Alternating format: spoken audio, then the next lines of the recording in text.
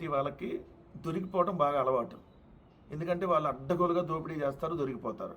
ఇష్టం వచ్చినట్టుగా మాట్లాడతారు, దొరికిపోతారు. సోషల్ మీడియాలో విపరీతంగా ట్రోల్ అవుతారు. ఇప్పుడు మరోసారి నారా లోకేష్ ఇచ్చినటువంటి స్టేట్మెంట్ చూడండి. పథకాలకు మీలా పార్టీ రంగులు వేసుకోం. మాజీ సీఎం జగన్పై మంత్రి నారా లోకేష్ ధ్వజం మామూలు ధ్వజం కూడా కాదు. జనం సొమ్ముతో పెట్టిన పథకాలకు మీలా పార్టీ రంగులు వేసుకోవటం, పేర్లు పెట్టుకోవాలనే ఉద్దేశం మాకు లేదు అంటూ మాజీ సీఎం జగన్పై విద్య, ఐటీ శాఖల మంత్రి నారా లోకేష్ ధ్వజమెత్తారు. అధికారంలో ఉన్న 5 ఏళ్లు ప్రజలను గాలికి వదిలేశారని చెప్పి దుయ్యబట్టారు. పథకాలు అన్నా క్యాంటీన్ ఎవరి సొమ్ము? మీ తెలుగుదేశం పార్టీ సొమ్ము, హెరిటేజ్ సొమ్ముతో కట్టారా? ఆంధ్రప్రదేశ్ రాష్ట్ర ప్రజల సొమ్ముతో కట్టారా? అన్నా క్యాంటీన్కి పసుపు రంగు ఎందుకు వేశారు? అన్నా క్యాంటీన్ పేరుతో పసుపు రంగు వేయటంతో పాటు అన్నా క్యాంటీన్ పేరుతో దోపిడీలు. అదేవిధంగా మీరు చూస్తే మురుగుదొడ్లు, ఆంధ్రప్రదేశ్ రాష్ట్రంలో ఉన్నటువంటి మురుగుదొడ్లు, ఆ మురుగుదొడ్లకు మీ రంగులు ఎందుకు వేసుకుంటారు? మురుగుదొడ్లతో పాటు రైతులకు సంబంధించినటువంటి గోకులం షెడ్స్, జగన్మోహన్ రెడ్డి గారు కట్టిన షెడ్లు కూడా మీరే రంగులు వేసుకుంటారు. వాటికి పసుపు రంగు. వాటర్ ట్యాంకులు, ఆ వాటర్ ట్యాంకులకు పసుపు రంగు వేసుకోవటం మీకు పిచ్చి కాదు. పిచ్చి కాకపోతే ఎందుకు వేసుకున్నారు? శ్మశానాలకు కూడా పసుపు రంగు ఎందుకు వేసుకున్నారు? దీన్ని పిచ్చి అంటారా, ఎర్ర అంటారా? ఎందుకు వేసుకున్నారు? అలానే అంటే మీ చంద్రబాబు నాయుడు గారు అసలు దీని మీద ఒక స్టేట్మెంట్ ఇచ్చారు. అప్పుడు మేము మీ ఆఫీసులకు రావాలా అని చెప్పి, మీ ఆఫీసులకు రావాలా, సచివాలయం అంటే మీ ఆఫీసా, పంచాయతీ కార్యాలయం అంటే మీ ఆఫీసా, రైతు భరోసా కేంద్రం అంటే మీ ఆఫీసా అని. అవి ప్రభుత్వ ఆఫీసులే కదా. మరి ఆ ప్రభుత్వ ఆఫీసులకి, ఇప్పుడు ఆ పంచాయతీ ఆఫీసులకి అనేక చోట్ల పసుపు రంగులు ఎందుకు వేశారు?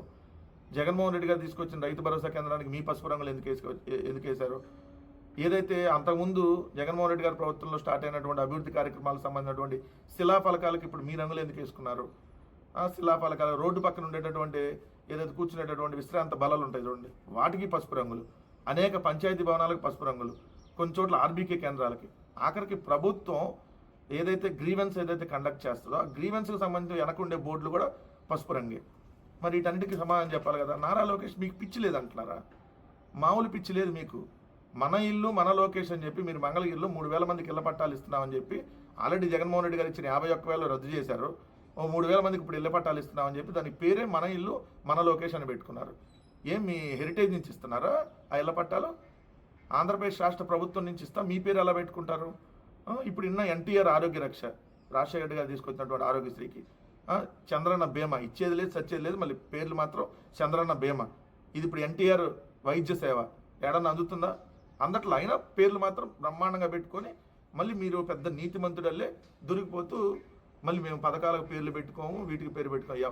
ఎవరి సొమ్ముతో ఇవన్నీ మీరు మీ సొంత సొమ్మ? ఇది మురుగుదొడ్లన్నీ మీ సొంతమా? పంచాయతీ ఆఫీసులు మీ సొంతమా? వాటర్ ట్యాంకులు మీ సొంతమా? ఇది అన్నీ మీ సొంతమా?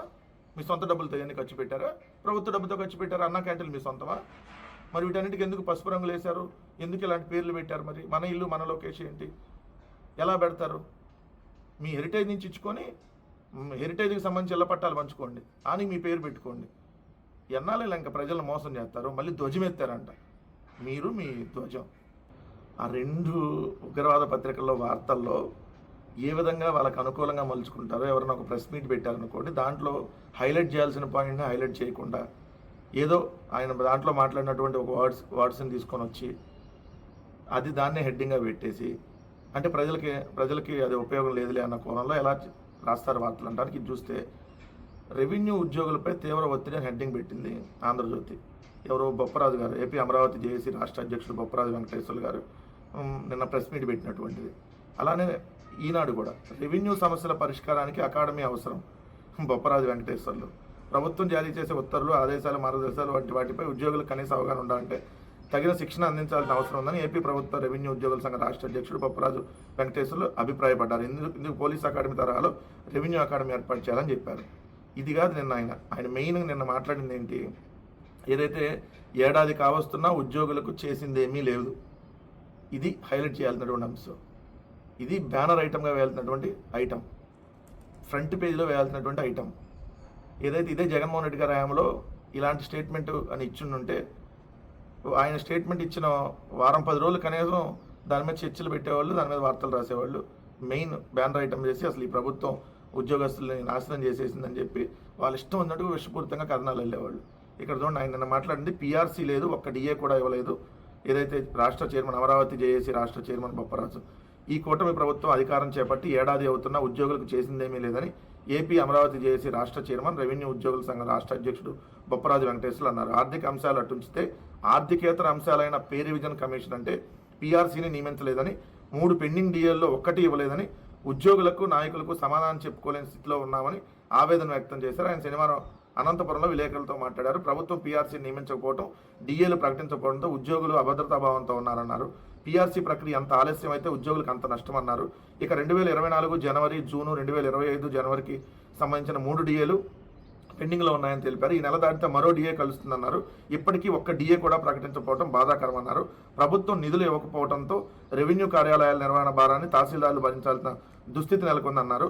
ప్రోటోకాల్కి లక్షలు ఖర్చు అవుతున్నాయని, ప్రభుత్వం నిధులు ఇవ్వకపోతే ఎలాగని ప్రశ్నించారు. ప్రభుత్వం లీగల్ ఛార్జీలు ఇవ్వకపోవడంతో కోర్టు కేసులకు వేల రూపాయలు ఖర్చు చేయాల్సి వస్తుందని తెలిపారు.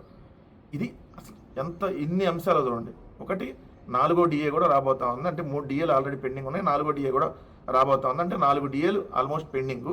అట్లానే ఏదైతే ప్రభుత్వ కార్యాలయాలు అక్కడ రెవెన్యూ కార్యాలయాల నిర్వహణ భారాన్ని తహసీల్దార్లు భరించాల్సి వస్తుంది. ప్రభుత్వం దానికి కూడా డబ్బులు ఇవ్వటం లేదు. ఆ ప్రోటోకాల్కి లక్షలు ఖర్చు అవుతా ఉన్నాయి. లీగల్ ఛార్జీలు కూడా ఇవ్వట్లేదని చెప్పి ఇన్ని అంశాలు ప్రస్తావిస్తే అసలు ఈ అంశాలు ఒక్క నిదర్శనం కదా. అదే జగన్మోహన్ రెడ్డి గారి ప్రభుత్వంలో వాళ్ళ ఒక్క స్టేట్మెంట్, ఒక్క డిఏ మాకు పెండింగ్ ఉందన్నా కూడా అసలు ఒక డిఏ కోసం 10 రోజులు రాసేవాళ్ళు. 10 రోజులు 10 డిబేట్లు 10 వార్తలు రోజు తిడుతూ రాసేవాళ్ళు. ఈ ప్రభుత్వం ఉద్యోగస్తులు మోసం చేసిందని. మరి ఇప్పుడు కదా మోసం చేసింది, మీరు మోసం చేసింది ఇప్పుడు. ఆ వార్త రాయడానికి ఆ 2 పత్రికలు చూసారా ఎలా కన్వీనియంట్గా వాళ్ళకి సంబంధించి రాసి వదిలేశారో ఒకసారి గమనించండి.